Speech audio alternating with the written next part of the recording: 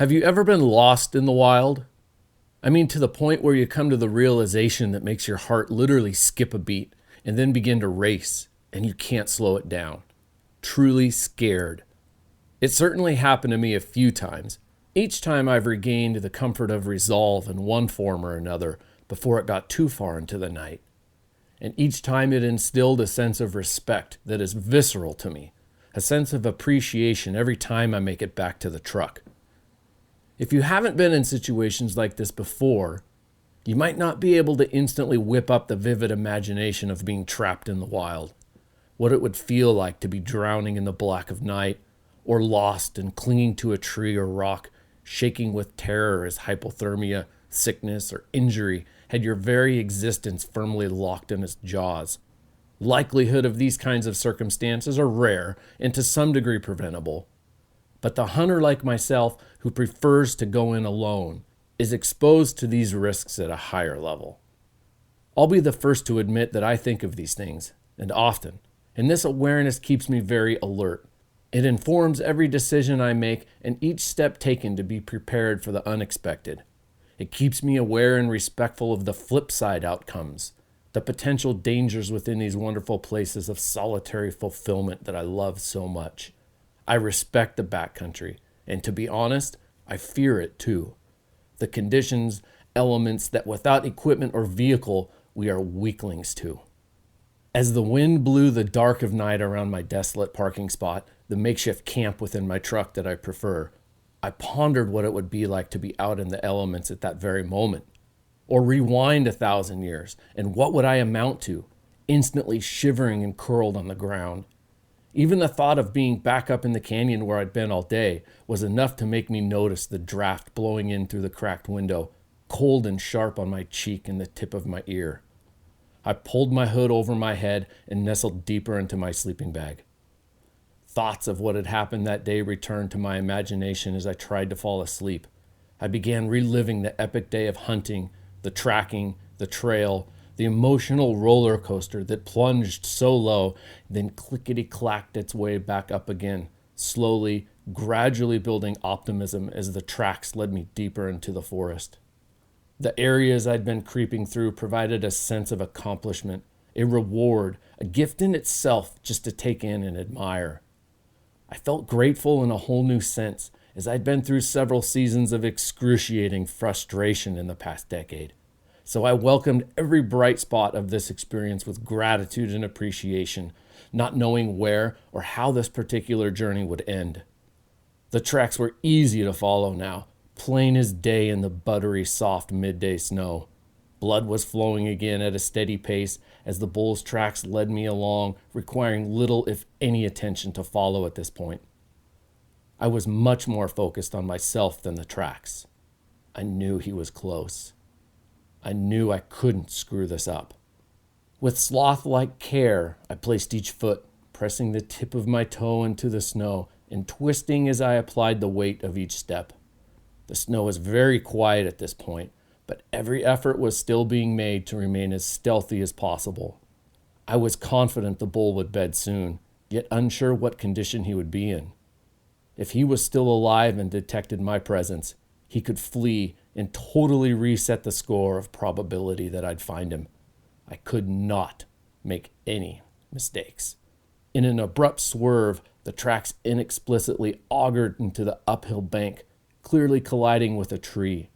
There was fresh bark and pine needles scattered on the snow below branches that antlers would have struck.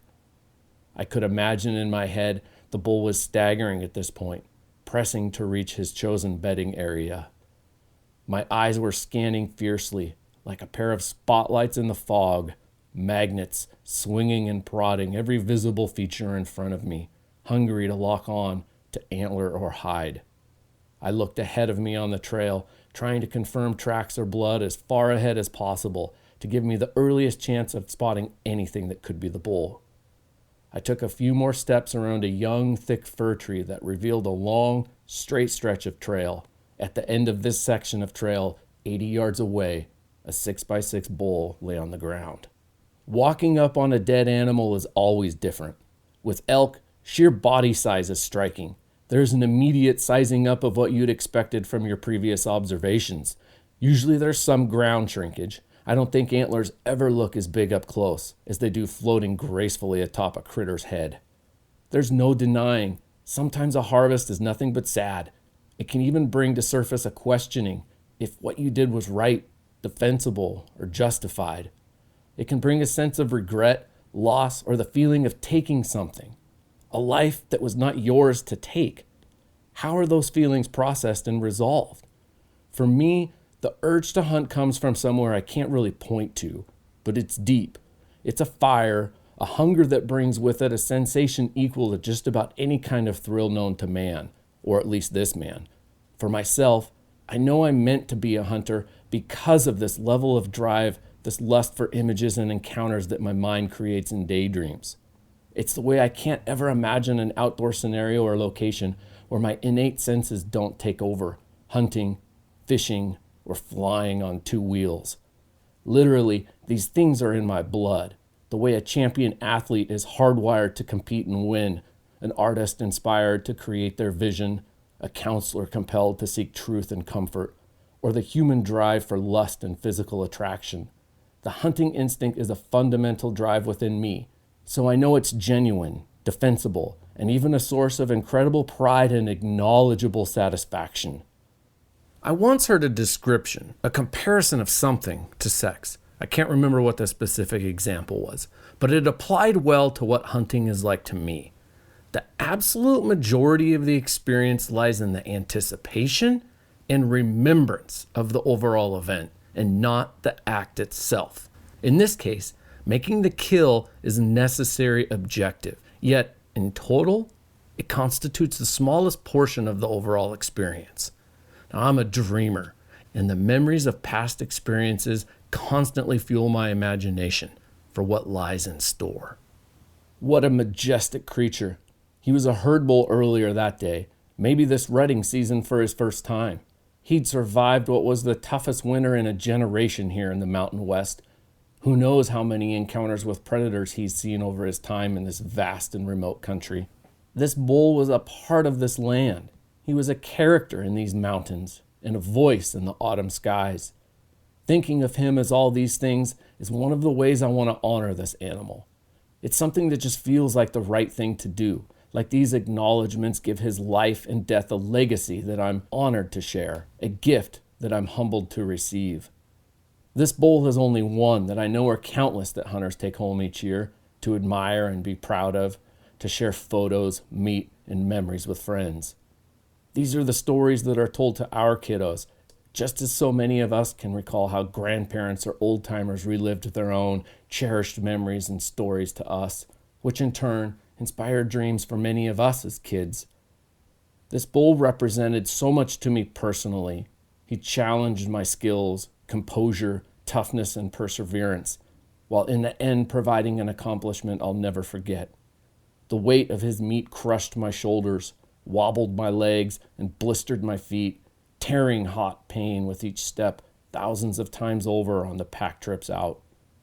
His rack and skull will occupy a physical space in our home, draw the gaze and admiration from myself and friends. He will feed my newborn son, my wife, our friends, and I for years to come. He has become the star of this story that I share with you now, and will share with my son. I believe that even if it takes a little reminder or a shift in perspective, taking time and finding ways of appreciating every harvest we make will only add to those experiences and satisfaction of success, and truthfully, the failures alike. I froze in my tracks and stared carefully, watching for any movement. I raised my binoculars and studied his form, a silhouette against the snow, the objective of so much effort, preparation, and hope. And now, from a living, breathing creature of natural perfection, spirit and wind, now vacant and void from the massive bulk of his body. His rack now still, left antler stamped into the snow, anchored to the ground like a shipwreck in the distance, vivid on the horizon of a weather-beaten but never forgotten beach.